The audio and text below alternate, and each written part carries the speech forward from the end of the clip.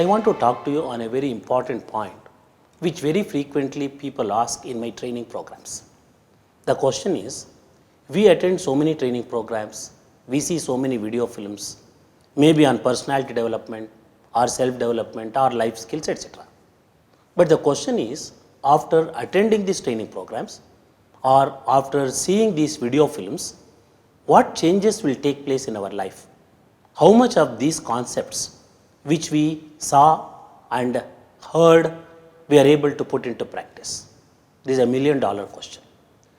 I have put in place a process to understand this, to ensure that whatever we listen and see are put into practice and they become concrete realities in our life. I'll just explain that to you. Imagine that you are attending a training program or you are watching a video. The visual effect, that means you look at the trainer, you look at the video, and those inputs will get into your eyes and they will enter your brain. This is called as patana. So patana is the transference of the trainer's concepts into your brain through the visual mode. Now of course the trainer talks or you hear the video talk, and those concepts will get into your brain through the ears, which I call it as Shravana. So the mind receives the inputs from the visual effect called Patana, from the auditory effect which is called Shravana. So the mind mulls over these points, it ponders over, it thinks over. Now after thinking over, the mind sends these points to the intellect, which we call it as buddhi. Now the question arises, what is the difference between mind and intellect? To simply put it, mind thinks whereas intellect decides. I'll just give an example. Suppose we go to a buffet for eating. We of course look at the various foodstuffs which have been spread over, and our mind recollects all the experiences of these dishes. Some dishes are good, some are sour, some are sweet. Now this is called mind. But I don't think we take all the dishes and start eating. Some decision takes place in our intellect. Our intellect decides what to take, what not to take, how much to take the food dishes. This decision is made by the intellect. So in other words, the mind thinks and the intellect decides. It is something like this. If the mind is like a court, intellect is like the judge.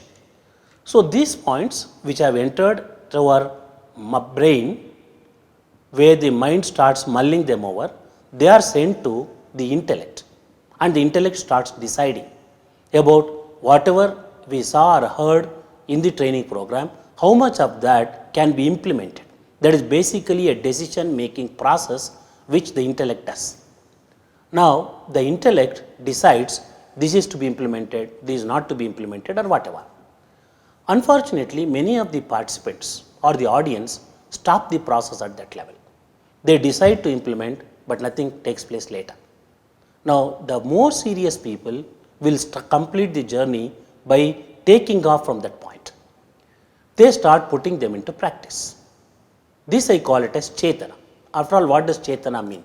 Chetana means something which moves, which means they move their body, move their mind, move their intellect, move their emotions, move their entire personality to ensure that whatever was the chintana, which are the decisions in the intellect, are converted into action plans into day-to-day work. This calls for tremendous amount of willpower, determination, seriousness, and sometimes even making records or documents or monitorings or check sheets. Now once this chetana starts taking place and you repeatedly start practicing with efforts, another blissful state we are going to enter. Then you will start practicing them without any efforts. That means your entire life gets enveloped by these concepts. That is where the chetana, which is with efforts, gets converted into jivana without efforts. The difference between chetana and jivana is that in chetana there are efforts, and in jivana that has become a part of your nature. It has become your habit. And once it becomes a habit, many times it is irreversible. And that is the last stage where the improvements will start taking place as a matter of course, as a routine, without any efforts. So in other words, the process starts from the visual effect, which is called patana, the auditory effect, which is called shravana, and then at the mind thinking over, which is called manana, and then the decision taking process at the intellectual level, which is called chintana, and putting them into practice, which is called as chetana, till it becomes a part of your life called as jivana. So if we can give a logical continuity for these processes, then you will find that the training programs or the tapes you hear will become concrete realities, and you become a walking encyclopedia of all these concepts. And that's what we need to do.